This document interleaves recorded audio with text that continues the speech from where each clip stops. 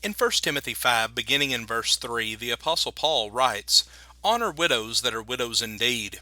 But if any widow have children or nephews, let them learn first to show piety at home, and to requite their parents. For that is good and acceptable before God. Now she that is a widow indeed, and desolate, trusteth in God, and continueth in supplications and prayers night and day. But she that liveth in pleasure is dead while she liveth. And these things give in charge, that they may be blameless. But if any provide not for his own, and especially those of his own house, he hath denied the faith, and is worse than an infidel. Let not a widow be taken into the number under 60 years old, having been the wife of one man, well reported of for good works, if she hath brought up children, if she hath lodged strangers, if she have washed the saints' feet, if she hath relieved the afflicted, if she hath diligently followed good works. But the younger widows refuse, for when they have begun to wax wanton against Christ, they will marry, having damnation, because they have cast off their faith.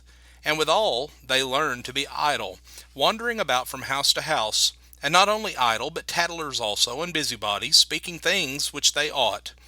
I will therefore that the younger women marry, bear children, guide the house, give none occasion to the adversary to speak reproachfully, for some are already turned aside after Satan. If any man or woman that believeth have widows, let them relieve them, and let not the church be charged, that it may relieve them that are widows indeed." Friends, it is beyond dispute that women have always occupied a very prominent position in the eyes of God. During the days of the nation of Israel, women were held in a place of honor, especially considering the value that was placed upon women in other nations. Many societies considered women as nothing more than a possession for men. In contrast, the law of Moses had safeguards in place to protect women. And no one can read Proverbs 31 and deny that women in Solomon's day were held in honor. Notice the opening verse, the words of King Lemuel, the prophecy that his mother taught him, Proverbs 31 and verse 1. Now read the rest of this great chapter, then explain why some have said the Old Testament did not elevate the value of women. Under the law of Moses, widows were held in extremely high regard, as we see in Exodus 22, verses 22 through 24, and also Deuteronomy 24, verses 17 through 19. Now let's consider Paul's instructions which he sent to Timothy concerning the treatment of widows. Timothy, of course, knew the value of women. He had been taught from his birth by his mother Eunice and his grandmother Lois about living a godly life. But beginning in chapter 5, Paul tells Timothy to treat older ladies as he would treat his own mother. Treat younger ladies as your sisters with all purity. In verse 3, Paul says to honor widows who are widows indeed. We know that the church in Jerusalem needed instruction on how to care for widows in the early church. Some were being neglected, and in those days, when the number of the disciples was multiplied, there arose a murmuring of the Grecians against the Hebrews because their widows were neglected in the daily ministration, Acts 6 and verse 1. Therefore 7 men were appointed to care for these needy widows. And based upon Paul's instruction here, it is evident that the church has a responsibility to care for her members who are in need.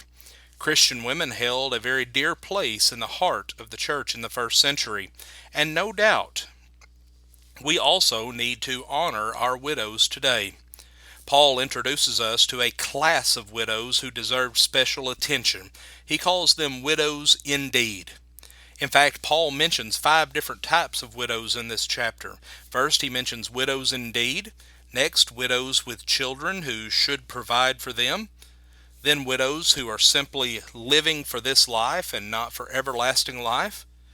He refers to younger widows who he says should remarry, and to widows who have other family members who could provide for them.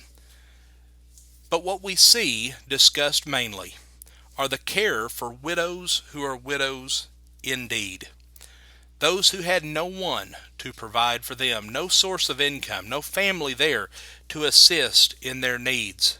And Paul says that they are worthy of honor. They are worthy to be supported by the church.